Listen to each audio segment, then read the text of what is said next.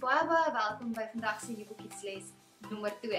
Ons tema vir vandag is waarheen, maar na die outsiders toe. Ek wil gaan by julle hoor, wat dink julle is 'n outsider?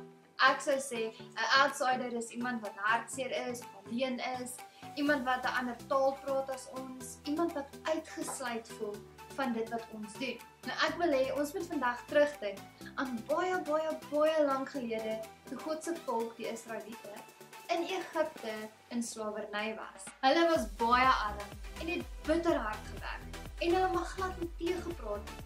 En as hulle wel teëgepraat het, was hulle geslaan gewees. God het sy volk jammer gekry en hy het hulle gehelp om uit Egipte uit weg te trek en by die land Kanaan te gaan bly. Nou in hierdie land het elkeen 'n stuk grond gekry waarop hulle kon boer. As hulle dan later hulle grond sou moes verkoop, omdat hulle nie genoeg geld gehad het nie en hulle skuld te veel was, dan het die koper nie hierdie land vir altyd gekry nie.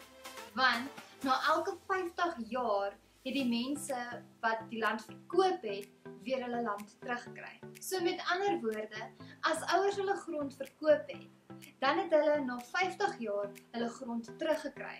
So met ander woorde, die mense het hulle grond net vir 'n tydjie vir iemand anders geleen, as ek dit so kan stel. Nou hierdie 50ste jaar word 'n hersteljaar genoem. Die hersteljaar was met ander woorde vir hierdie mense 'n jaar van jubel. Dit was vir hulle goeie nuus gewees. En daarom word hierdie hersteljaar ook 'n jubeljaar genoem. Dit staan ook bekend as 'n genadejaar. Nou toe Jesus in sy dorp Nasaret gaan preek het hy vir die mense vertel dat hierdie hersteljaar of hierdie jubeljaar het begin. So die genadejaar het begin.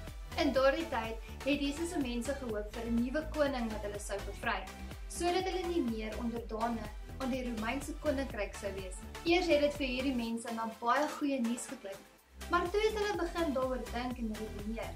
En hulle sê toe nou, maar wat maak dan vir Jesus so spesiaal en dat hy so iets kan sê? Want hy is mos nou eintlik net een van ons dorp se seuns. Jesus het toe kwam met hulle gepraat en vir hulle gesê dat hy weet dat hulle hom nooit as 'n profeet of enige iemand spesiaals sou sien nie. En dat hulle altyd eers vir Jesus sal vra om 'n wonderwerk te doen voordat hulle hom sou glo. Jesus het dit so aan sy mense verduidelik, dat wanneer jou eie mense, jou eie tuisdorp en jou vriende of jou familie nie na die goeie nuus van God wil luister nie, gaan dan na die outsiders toe. Nou van hierdie boodskap het die mense in Jesus se tuisdorp glad nie van gehou nie. Nou vandag gaan ons 'n bietjie dink aan die adresse waarheen ons moet gaan om hierdie goeie nuus van God te verkondig. Nou God, die Heilige Gees, stuur ons na ons outsiders toe om vir hulle hierdie wonderlike, awesome, goeie nuus te gaan vertel. Nou waar dink julle gaan ons hierdie outsiders kry? Daar is baie plekke, eintlik oral rondom ons waar daar outsiders is. Soos wat ek vroeër gesê het, 'n outsider is iemand wat hartseer of alleen is. Iemand wat uitgesluit of weggegooi voel. Die mense wat armer as ons is.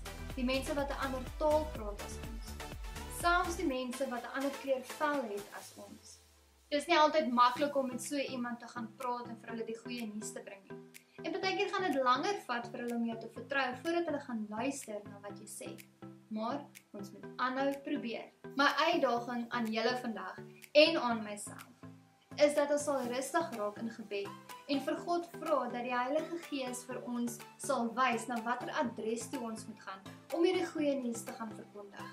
Of vir ons moet wys met wie ons kan gaan praat om vir hulle te sê dat God hulle ongelooflik baie liefhet.